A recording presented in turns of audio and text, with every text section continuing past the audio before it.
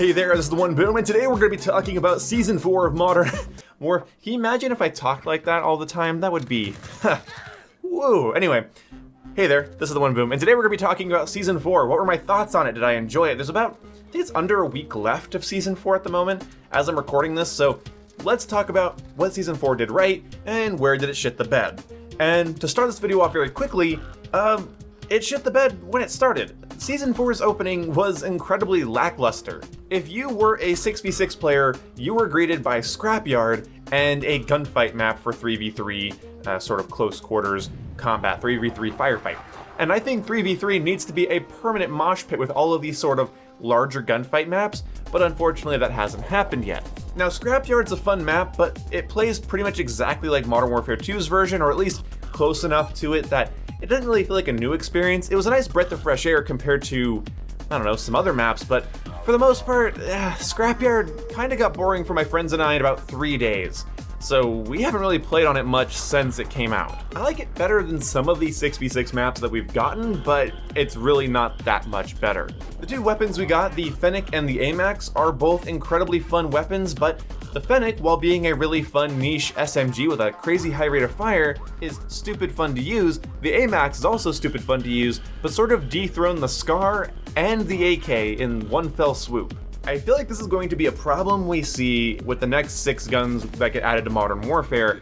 I feel like we're going to see a problem where they add a weapon that's similar to other weapons, but slightly better or slightly worse. And the AMAX is just a better AK, it's just a better SCAR, and it kind of blows. I have to deduct points for that for the season because you didn't really help the game. You added a new gun that hurt 2 guns, so in my opinion, that blows. There's no reason for me to use the SCAR anyway, but now there's less of a reason. There's no real reason to use the AK anymore unless you just enjoy the way it feels, which I totally do. I think the AK is more fun than the AMAX, but the AMAX is so much better than the AK that, screw it. I might as well use it if I want to win, and seeing how matches are increasingly sweaty, winning's good. Then later in the season, we got the AMR and Cheshire Park.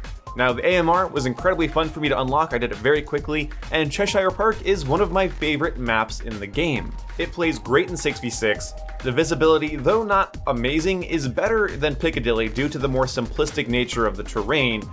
So yeah, I actually really enjoy Cheshire Park. I love its aesthetic, I love the way it plays. I like that you can sort of snipe long distance, get up close. If you play the middle lane, you really can't complain about camping too much in my opinion.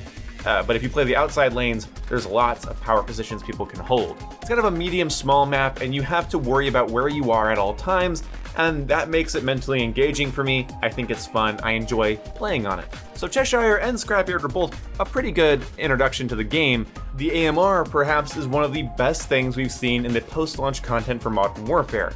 It fills a role, it doesn't usurp any other sniper rifles, but it adds some fun customization options. Whether you use a Harbinger barrel and then ADS attachments for 6v6, or the longest barrel with monolithic suppressor, and you just build this thing for max range on ground war or Warzone, it's super fun. Now, when the AMR came out, it was bugged. It couldn't one-shot headshot somebody in Warzone, and the gun was ranged in at 100 meters, so your bullet would actually fly above the center of your crosshair, which is what gave it a feeling of having 0 drop in ground war, which I would have loved if they kept. If it had sort of a meta where you had to shoot a little bit below your target if they're laying flat right in front of you, I honestly wouldn't hate that. It would be kind of interesting, and then it would be sort of cementing it as a long-range powerhouse. But whatever, you know what? They fixed that, and now it's more consistent. It's more intuitive to shoot at the center of your reticle in Call of Duty, so I'm really happy with that change. The AMR is a ton of fun. It's heavy, it's high risk, high reward, and it completely destroys the Dragunov in my opinion. Even though the Dragunov is faster and lighter,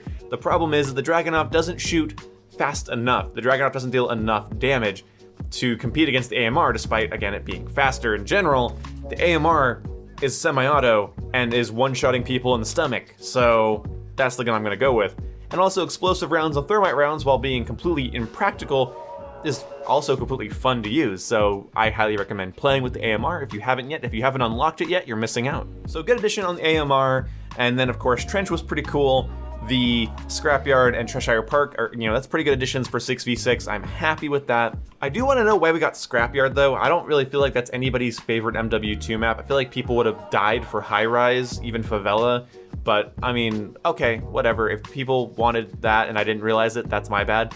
I really hope though that we get some of the maps I keep seeing requested. I see Dome, Terminal, High Rise requested constantly, so hopefully that's what we get in Season 5. I have some other maps I'd rather see added to Modern Warfare, but you gotta listen to the people, Infinity Ward, and they did not say Scrapyard. And now I shall briefly review the Battle Pass. There's cosmetics in there, it's aight. I really don't know how people review Battle Passes. It's full of cosmetics, buy it or don't. You guys, if you own Modern Warfare, you've cycled through it and seen if you wanted to buy it or not. And I about made it all the way through. I'm actually just shy of making it all the way through to the end of the Battle Pass. It's something I'm gonna be grinding for the next couple of days, so you guys should watch my live streams for that. I think my next 3 live streams are just gonna be me grinding to max rank and to finish out the Battle Pass, so, you know, stay tuned. And just like with last season, despite this season not being as amazing on content, in my opinion, I still am almost max rank and I almost have the Battle Pass done, so it definitely held my playtime. And one of the things that did that were some of their mid-season weapon rearrangements, and those are pretty flippin' spicy. So the FAL is now sort of a powerhouse god that really needs a nerf in my opinion, or at least buff the other weapons up to it. The FAL at 25 meters with the right attachments can 2-shot you anywhere in the body. Now I've heard people say that's not overpowered. I'm gonna tell you it absolutely is. The FAL fires incredibly fast, and being able to get 2-shot in the knees should piss anybody off. This means in close quarters, an FAL player can just spam hip fire at you and they only need to land 2 shots. Whether it's your arms or your knees or your feet, you will die. And 2 shots is not hard to land. If one of those shots is a headshot, well, you're screwed there too. Because now the FAL can 1-shot headshot, I believe at around 18 meters. They can go up to about 25 though. A good change they did was they added more reserve ammo to weapons like the SCAR. The AK can now aim down sight faster, and they tried to nerf the MP5, but they accidentally buffed it and then never reverted that problem, I don't think. I think the MP5 is still secretly accidentally buffed. And really, I know the pro scene sort of grabs COD devs by the balls sometimes, but honestly, the MP5 needs a bloody nerf. The MP5 has been meta-dominant since the game came out, and there's no reason for it. The Grau didn't last long, the M4 got its nerf, like, come on. The game could be a lot better if the MP5 wasn't OP. Because at least with the FAL, it's a assault rifle. It's kind of heavier. SMGs are lightweight and snappy, and when they have really clean iron sights, really solid range, a really high rate of fire, and really good damage, and the ability to fire 45 rounds, sorry, no. I hate talking about the MP5. I've been talking about it for months, and I'm sick of mentioning that damn gun on this channel. Infinity Ward, please fucking nerf it. Honest to God, I don't know how you guys haven't nerfed it yet.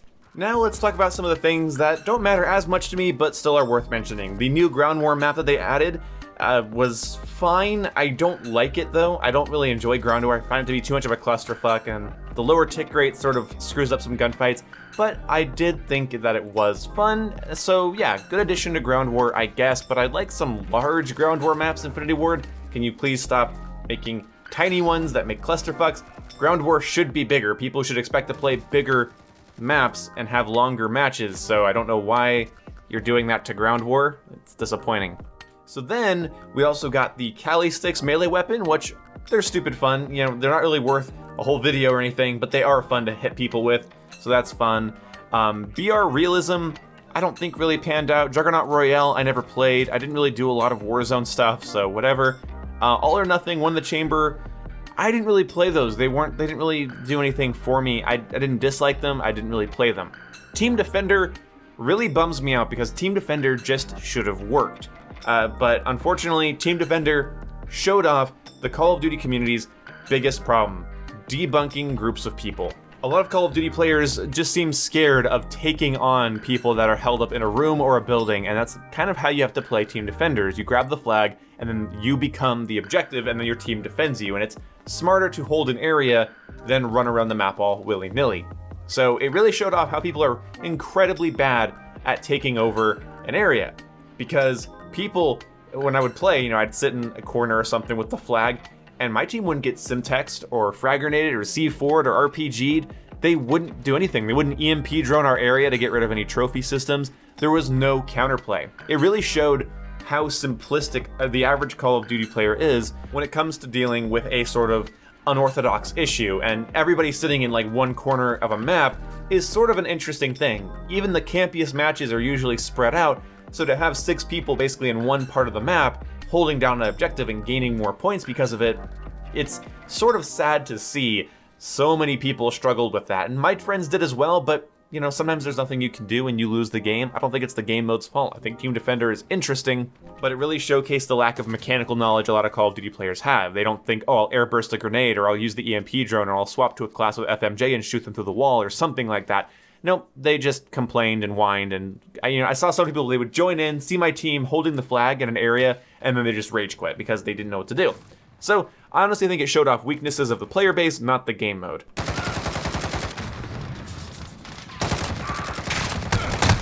So the last thing we have here is the overall play experience.